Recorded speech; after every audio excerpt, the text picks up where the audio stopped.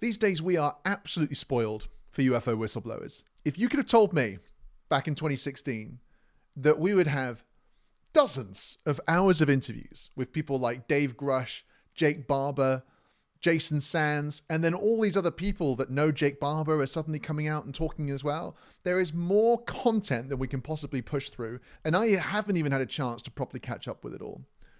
But you know what? I am still preoccupied with the mystery of a whistleblower who came out in 2020, who made a sudden splash in the water and then just went completely quiet, only to be completely forgotten about in the annals of history. This was an individual of the highest rank, of the most senior capacity, the sort of individual that you would expect would know all of the secrets. He came out and made some frankly astonishing statements, most of which have never really properly been analyzed, and then went completely quiet, never to be heard from again. His name is General Haim Eshed. December 2020, Haim Eshed came out and gave his now completely forgotten interview. At the time, it made a splash. At the time in the UFO movement, it was a bit of a, wow, what's that? That came out of nowhere. But very quickly, we forgot about it. And that's now over 4 years ago. This guy remains an enigma. This was the last time anyone heard from him. Now, a lot of people said that the reason he did this interview and said these sensational things was because he was trying to sell copies of his book. That's false. I can tell you why it's false. It's because he didn't actually write the book. The book was written by someone else.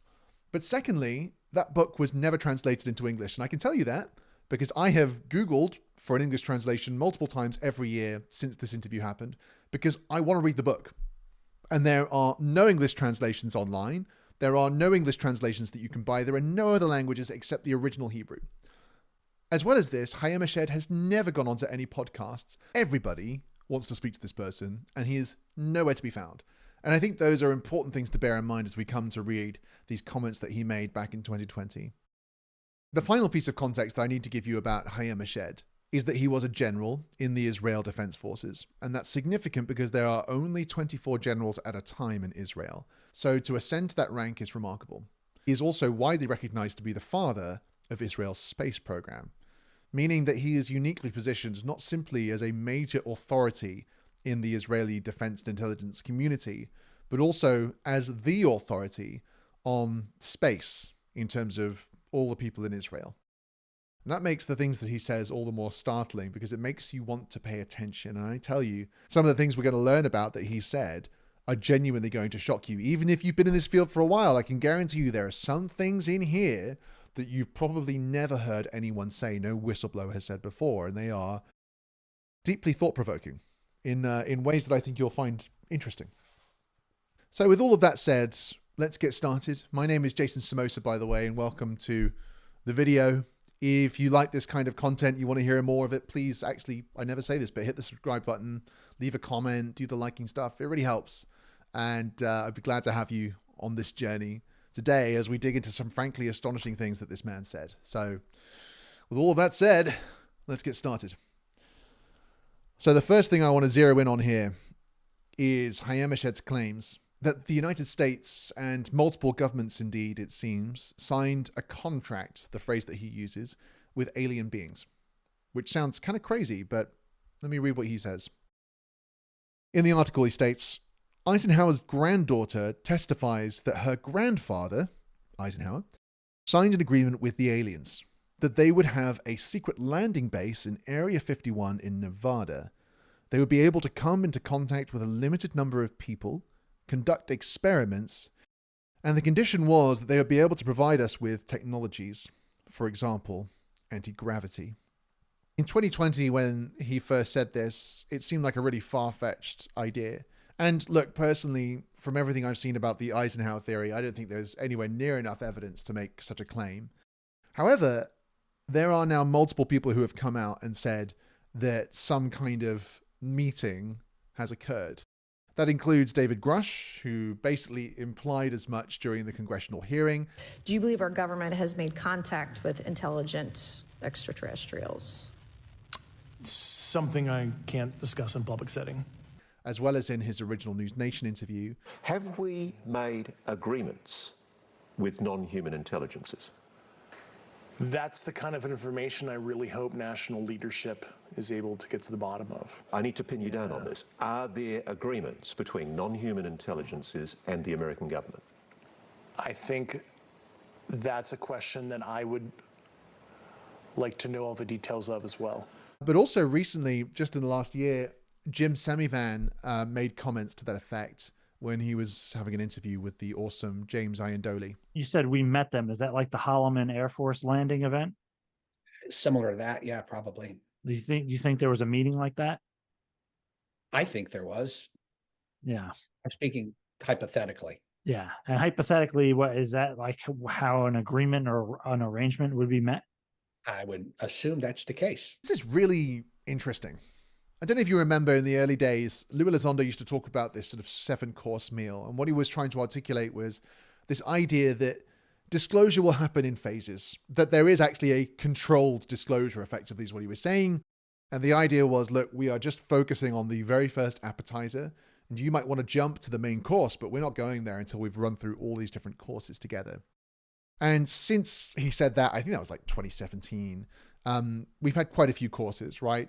UFOs are real. We don't know what they are. They could be Russian or Chinese. Oh, we have actually recovered UFOs. We have UFOs and we also have bodies, right? We sort of moved through a couple of courses here. And then recently with Jake Barber, there's this kind of idea that maybe there's a psionic, this new phrase, I haven't even defined what that means, or like psychic component to this. I think one of the courses that we're waiting to get our hands on is this idea that we actually have an existing relationship with these beings. And that course has been hinted at us for quite a while now, and actually in a big way here in 2020 with Haim Eshed. Now, what this means, I don't know, but it's interesting that he talks about this idea that we have an arrangement and an agreement with them. Talking about agreements, the next thing that Haim Eshed says is, I think in many ways, more spectacular, even though it's more terrestrial. He says, there's a group of partners, the Americans, the Russians, the Japanese, the English, and the Chinese, all coordinated at the level of still not allowed to publish. And the ones who asked not to publish are them. More on them in a second. I just want to say, I think because this was originally written in Hebrew and Google Chrome translated this for me. Thanks, Google. Thanks for spying on me. Please don't kill me. The idea that these nations listed here, who at this point are all at war, like today, 2025, we haven't really used the word World War III to describe what's going on, but let's get real. I mean, is that not what's going on?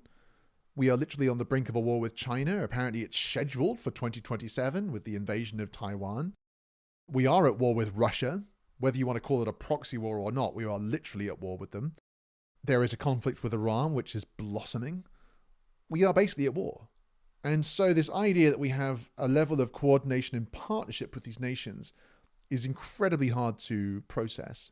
But it reminds me of things that have been said before. When Tom DeLonge first came out in 2016, 2017, this was something that was being hinted at. This idea that there's a level of cooperation and partnership which goes beyond what we would understand. And remember, this guy is one of 24 generals in the Israeli Defense Force historically. Not anymore. I think he's like 89 now, but he was. He literally had close relationships with all of the power brokers in Israel. Anyway, on to the next point. At the end of that bit that we just read, he talks about, and the ones who asked not to publish are them, to which the journalist responds, who are they? And he says, the Galactic Federation. And he says, the Galactic Federation. And Haim Eshed tells you and me there's a Galactic Federation. There's something about, I don't know which word is funnier. Is it Galactic or is it Federation? I can't help but see... did you ever watch the South Park episode where I can't remember the priest's name, but he's a Catholic priest, and I can't remember, but it all ends up that the Vatican is like worshipping this holy spider, Queen Spider, and there are all of these aliens, the Galgamex, The Galgamex vagina is 3 feet wide and filled with razor-sharp teeth. Do you really expect us to have sex with them? What about the Galgamex? I'm literally in my house having a conversation with myself right now. But if that tickled you, and if you know what I'm talking about, please, Galgamex in the chat. Okay, maybe we just need to forget about the Gilgamesh for a second and focus. Forget about the Gilgamesh! When I hear Galactic, it's kind of comical because of the way our media has portrayed this stuff in the past. But then Federation also sounds it sounds like Star Trek. And is that just a good job of the media and a very deliberate and thoughtful cover-up designed to make it almost impossible for us to grapple with these concepts? I don't know. But here's what he says in detail. It exists. I wrote about it even though it was perceived as a conspiracy theory. But recently, even former senior generals are saying to publish. And Trump was on the verge of going public. And a few mainstream professors are also saying, guys, tell. The whole thing about Trump is very interesting. Again, in my Haim Eshed piece, I explain the timing of this interview and some events that happened in 2020 and 2019 that actually line up really well with the idea that Trump was going to say something. And I actually found more data on that recently. I believe it's John Ratcliffe. Let me just quickly check this. John Ratcliffe, CIA director. Yep. So he's now CIA director again in Trump 2.0. Who would have thought this was going to happen? But he's back.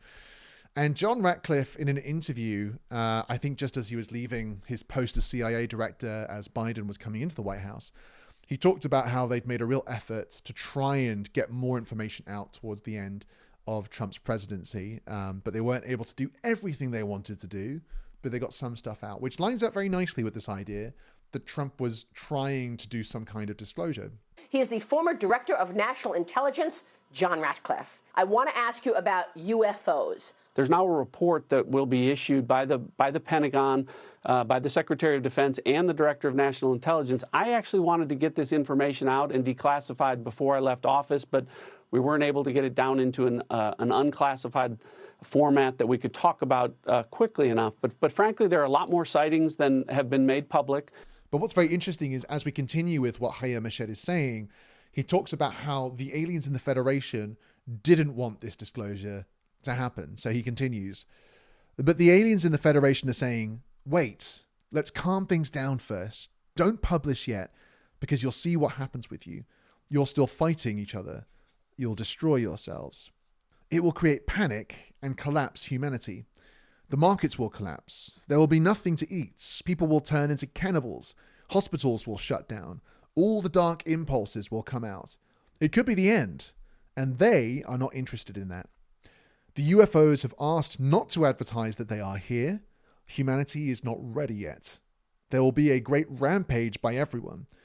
And what the Inquisition did to guys like Galileo and Copernicus will happen again. They want to make us sane and understanding first. So look, whatever you believe about what Haim Eshed is saying, I think there is some reality to his description about how people would react if we talked about this. What was that quote that the Apostle Paul stated in Ephesians? For we battle not against flesh and blood, but against principalities, against powers, against the rulers of the darkness of this world, against spiritual wickedness in high places. Now, there are people in the Western world who believe that stuff, the Collins elite, but there are also people in other countries who have different worldviews that have a similar perspective. This idea that there are dark forces that are out to deceive humanity. And so by disclosing the reality of a non-human intelligence, many people will simply interpret it in that lens. And given the fact that these intelligences are very likely going to challenge a lot of the religious worldviews, which we grip onto so tightly as a collective human organism, it's not impossible that there would be a kind of violent reaction to this news. I don't think what Haim Eshed is saying here is out of the ordinary. Whether or not it came from a Galactic Federation of aliens and the Galgamex is a different thing. Again, I don't think that's out of the question, really. I'm being jovial here, but frankly, we live in a strange world, and given everything that's going on, my belief is we are probably in contact with a non-human intelligence. And what Haim Eshed says next about these intelligences, I find deeply fascinating. I'm going to skip through a few things here to go to this next point, where he talks about the fact that there are 9 entities of advanced civilizations. Here it is. There is an agreement between the US government and the aliens. I can't prove it.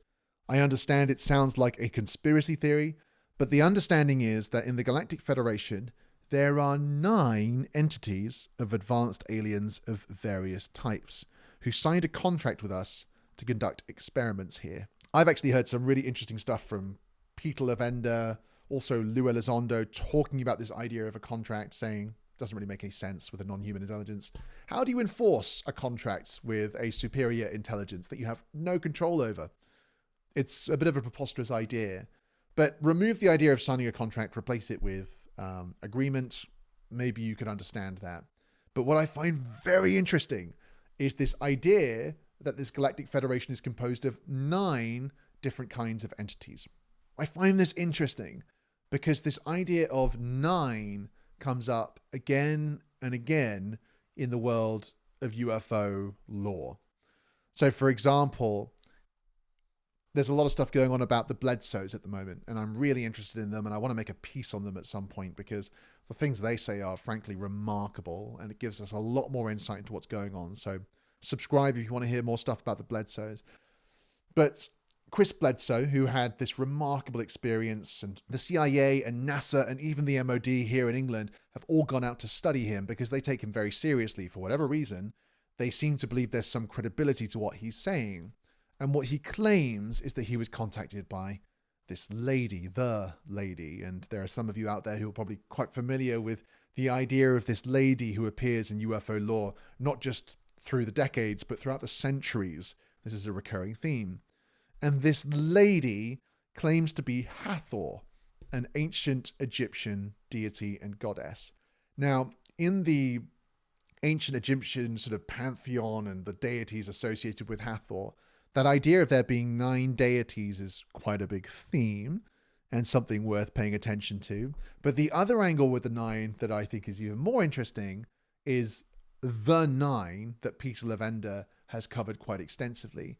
This comes from, I believe it was in the 50s, that the psychologist and mystic Andrea Puharich basically held seances where the intellectual and cultural elite of the northeastern United States would get together and they would channel entities, and they were basically having this ongoing communication with these beings that they called the 9, who represented this non-human intelligence that wanted to connect with humanity. Why 9? I don't know, but here we are again. 9 entities of advanced aliens of various types.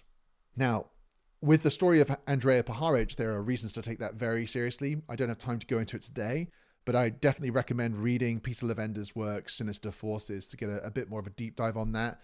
Or I think Annie Jacobson's book, Phenomena, also has a big chunk on that in there as well.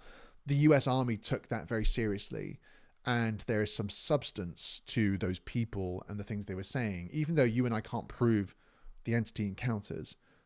Worth paying attention to. Now, I want to move on to the next point because I think it's the most startling, strange, and controversial thing that Haim Eshed says.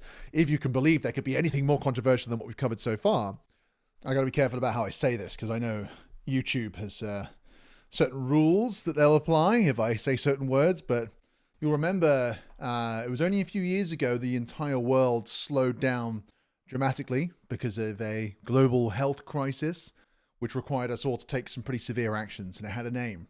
I'm going to say the name out loud, but I'm going to have to beep it. The coronavirus has calmed everything down, and it's bringing us closer to them. Let me just repeat that. The coronavirus has slowed everything down, and it's bringing us closer to them. Let me do the newsreader shuffle. I think this is fascinating. I've never heard any whistleblower with serious cojones come out and say such a thing, but I do find it interesting. And let me just tie a few things together here, and I'm going to sound conspiratorial, but we live in a strange world, so I'm going to tie things together. In 2015, 2016, this entire movement of UFO disclosure began. It was unprecedented, it was strange, it was unusual. Up until that point, we've been encouraged from all angles to believe that UFOs and non-human intelligences were laughable ideas. And suddenly, we were being encouraged to think the opposite. This represented a seismic shift in not only our lifetimes, but I think in human history. At exactly that moment, pretty much, we had a global pandemic. Now listen, I am totally open to the idea that those two things are not related. But I also think it's important to be open to the idea that they could be. If we were going to end up having a face-to-face relationship with non-human intelligences, is it possible that there would need to be some biological preparation in order to make that happen? When the explorers, the settlers, I actually don't know what the proper academic term is, but the people who came from Europe and sailed over to America, when they first arrived in the Americas, many people who lived in America at the time, the Native Americans, died. And they died because of exposure to bugs and viruses that these people from Europe brought over to America, exposing them to problems their bodies had never been exposed to before, and it caused just mass death to, I don't know what the numbers are, but to huge swathes of the population. And all this happened accidentally. It turns out that if you have different groups of biological creatures, or even from the same species, but they've not been exposed to each other, there is a risk that we might spread a virus that the other species may not be able to tolerate. Now look, this is total conjecture, but when I hear Haim Eshed say this, a totally provocative statement, and you're trying to make sense of it, there is this idea that what if we need to be inoculated, or what if we need to have our body prepared in some way for the possible mass presence of a non-human intelligence? Total speculation, but let me put the ball back in your court, given the fact that I've just gone off on a wild tangent there. What do you think he might have meant by this? Let me just read it again. The coronavirus has calmed everything down and is bringing us closer to them. Okay, next up.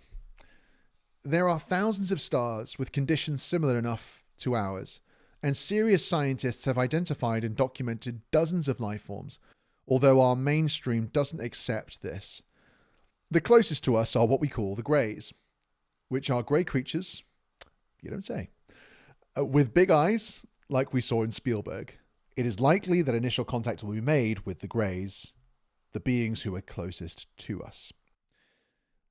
A few points I want to make here. Firstly, absolutely agree.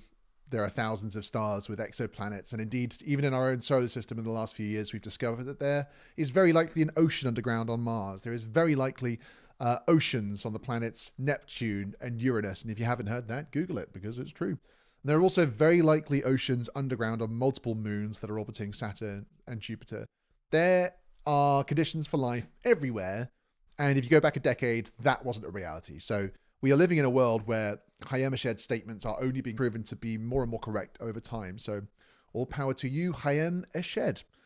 However, the statement that scientists have documented dozens of different, I assume, intelligent life forms, I think is unhelpful in the context of this, especially when there's no reference or link in the original article that I can point to. Not helpful for the disclosure conversation, even if it is true. And finally, this idea that the Greys are the beings who are closest to us. That's interesting. I had never assumed that to be the case. I had always assumed they were, well, not assumed, but based on testimony from multiple people, biological robots. But again, I've not deep dived into alien species, so interesting statement.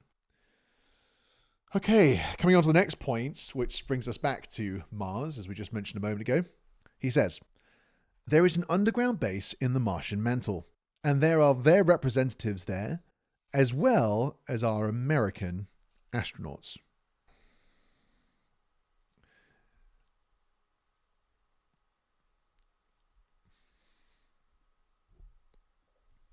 Did you see the post that was shared the other day, which seems to show what looks like archaeological evidence of a building on Mars?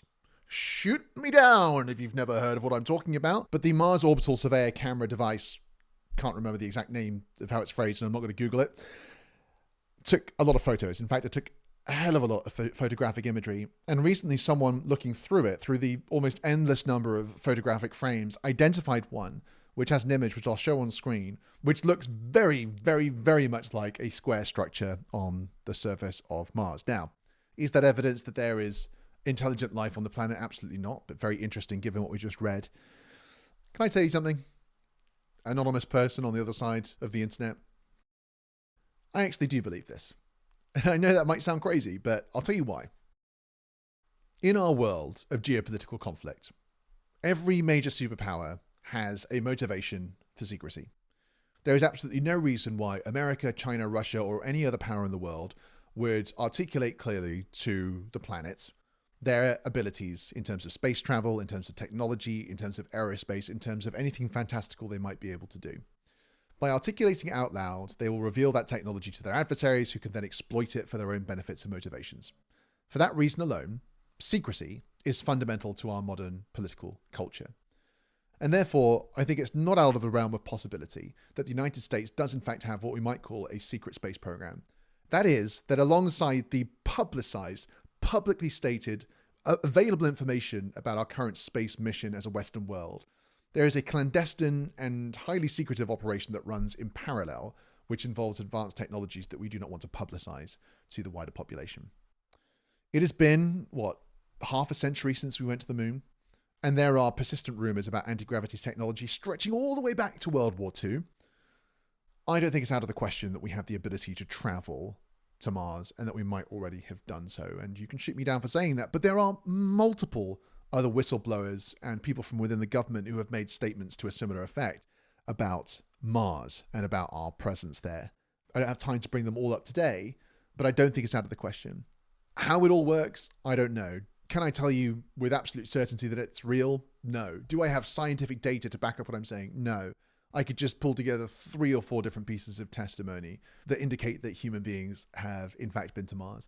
And there are some very interesting articles that came out around the time that Haim Eshed said this that seem to be encouraging us to believe that you could build an underground base on Mars and it wouldn't be that hard. And even since then, we've recently been told that there is very likely an underground ocean on Mars, increasingly adding to the weight of information that indicates that life may have, or indeed still does, exist on the red planet. You can call me crazy all you want, but we live in a very strange and crazy world, my colleagues from the other side of the internet.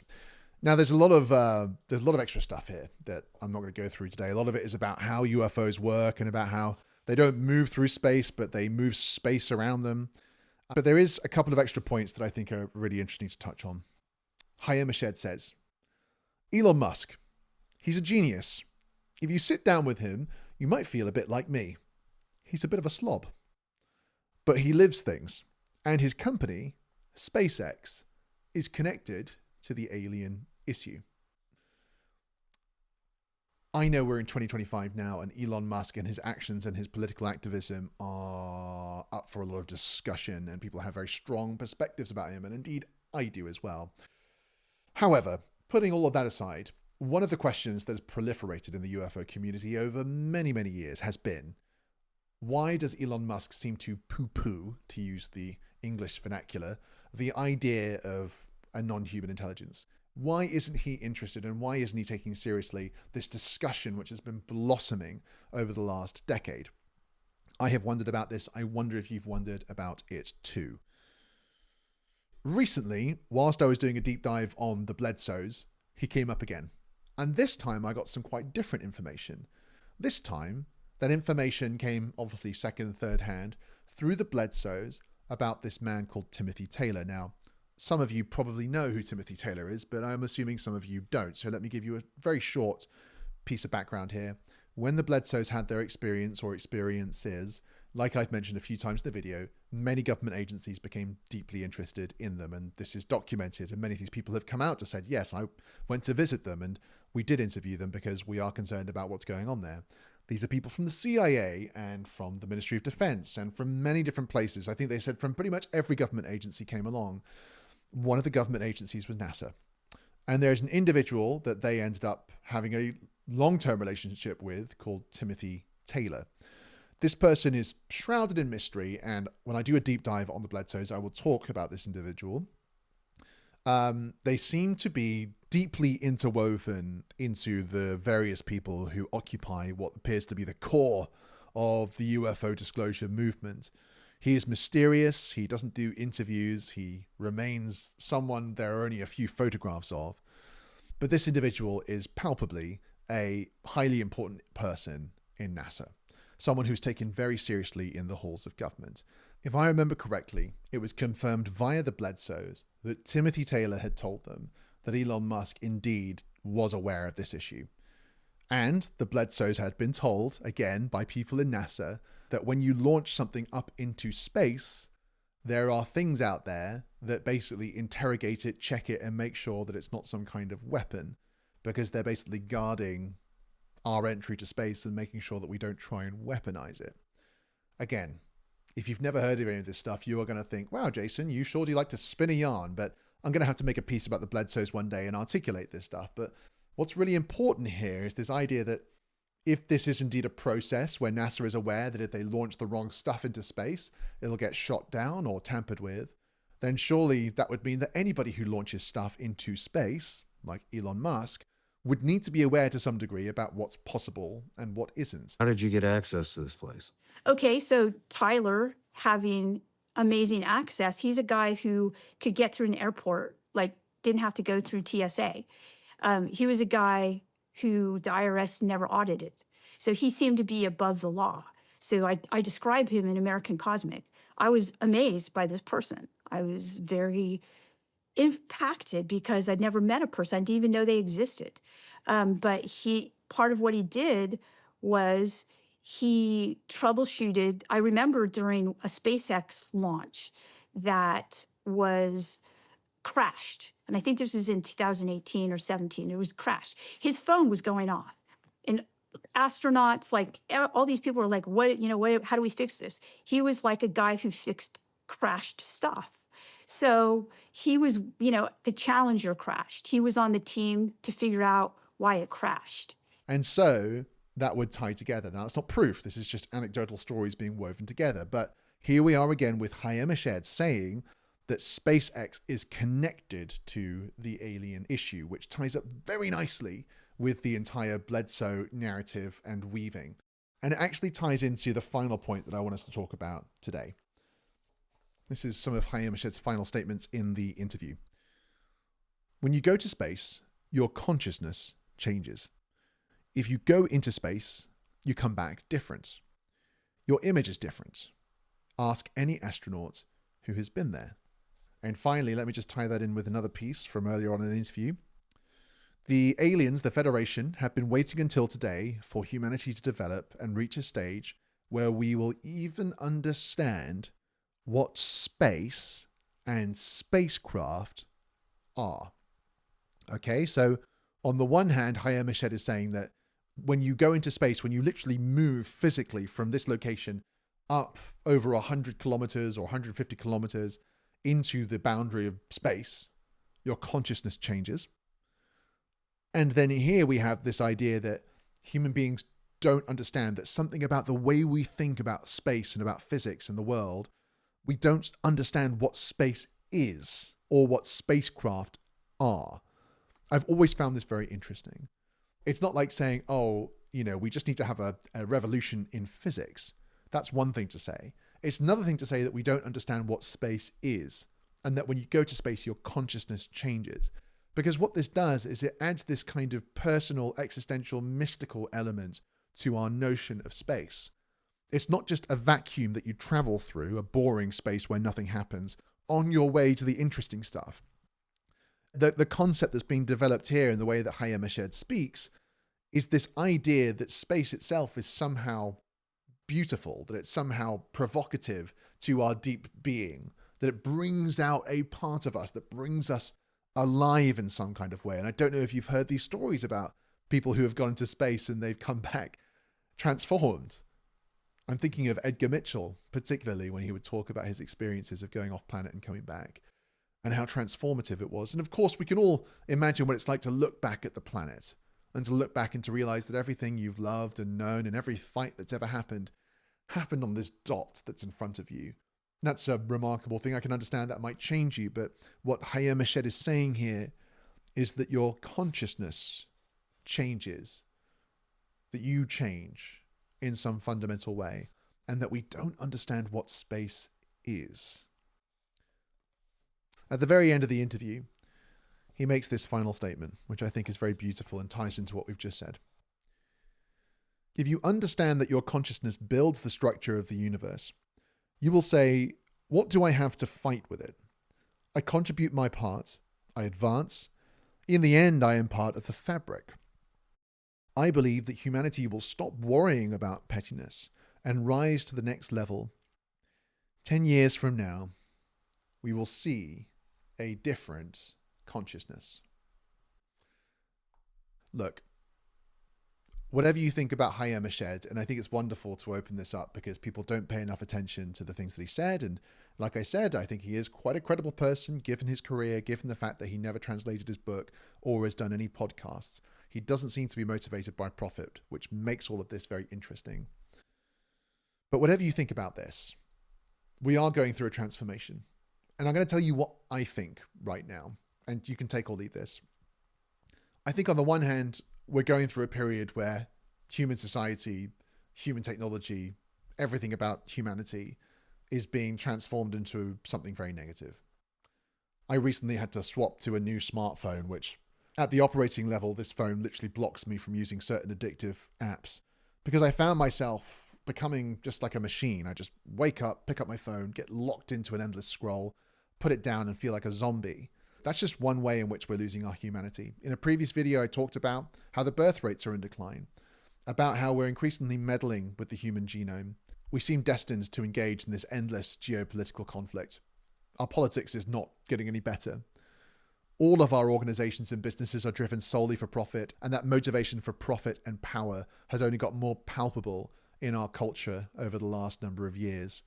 And all of this is leading to massive problems in terms of artificial intelligence, which will develop unregulated for the benefit of the billionaire class, and with massive risks, existential risks potentially to humanity, all the while that we have all of these problems emerging.